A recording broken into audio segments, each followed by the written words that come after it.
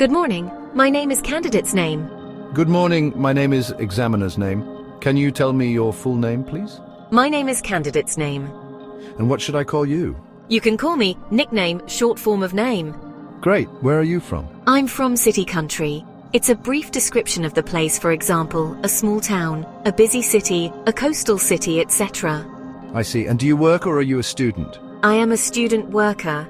I'm currently studying or working as a job title, and I explain briefly about your field of study or work. That's interesting. Now, I'd like to ask you a few questions about your daily routine. What do you usually do in the morning? In the morning, I usually wake up around time, and then I describe routine, have breakfast, go for a walk, get ready for work, school, etc. It's a pretty normal start to the day, but I try to get up early to have enough time to activity you enjoy doing in the morning. That sounds nice. What about weekends? Do you do anything special on the weekend? Yes. On weekends, I like to mention your weekend activities like meeting friends, playing sports, watching movies, etc. It's a time to relax and enjoy some free time. I also like to spend time with my family or do some personal hobby or interest. Now, we'll move on to part 2.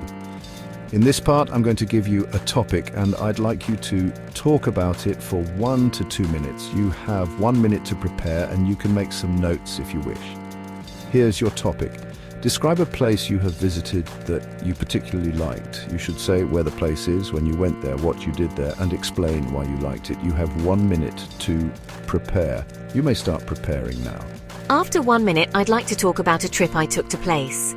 It's a beautiful city located in location, and I visited it about time period ago with my family friends. The main reason I liked this place was because of its natural beauty, culture, history, etc. When we got there, we spent most of our time activities you did, such as sightseeing, exploring museums, hiking, etc. One of the highlights of the trip was specific memorable experience, like visiting a landmark, trying local food, etc. I especially liked it because of the mention what you enjoyed most: people, environment, food, atmosphere, etc. I think what made this place stand out was reason why you liked it, for example, the peaceful atmosphere, the vibrant culture, the amazing views. It was a place that left a lasting impression on me because why it was special to you. Overall, it was a wonderful experience and I would love to visit again in the future. Now I'd like to ask you some questions related to the topic you just spoke about. You mentioned traveling to a particular place. In your opinion, how important is it for people to travel to different places? I believe that traveling is very important because it allows people to experience different cultures, meet new people, and broaden their perspectives. When we travel, we learn about the history and traditions of other places, which can help us appreciate diversity and develop more empathy. It also provides an opportunity to break from daily routines and refresh our minds, which is beneficial for mental health. That's an interesting point. Do you think traveling is more important for younger people or older people? I think traveling is important for both younger and older people, but for different reasons.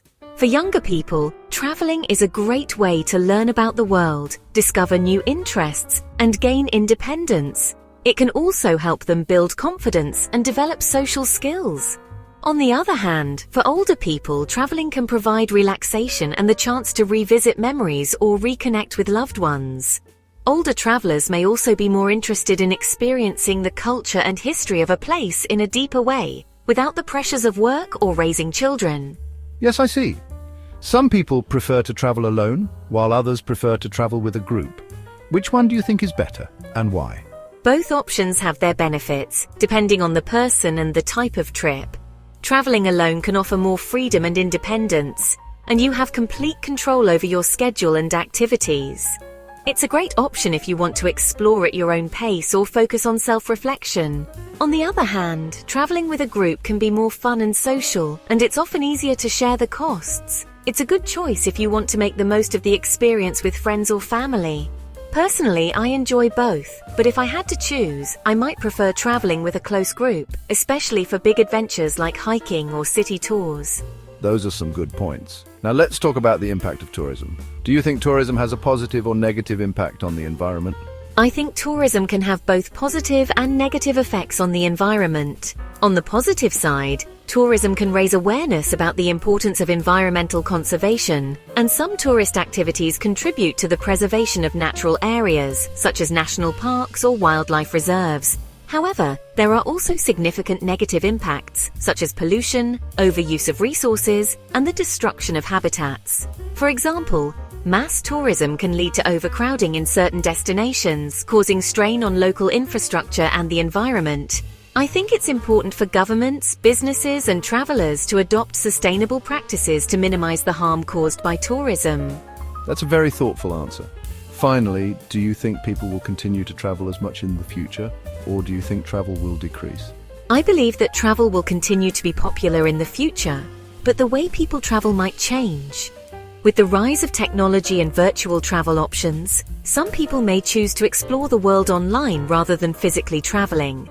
However, for many, the desire to experience new cultures, relax, or adventure in nature will keep travel a central part of life. Additionally, as global economies grow and the world becomes more interconnected, I think international travel will continue to increase. That said, people may also become more aware of sustainability and eco-friendly travel options, so there could be a shift towards more responsible and conscious tourism. Thank you very much for your answers, candidate's name. That concludes the speaking test. Thank you.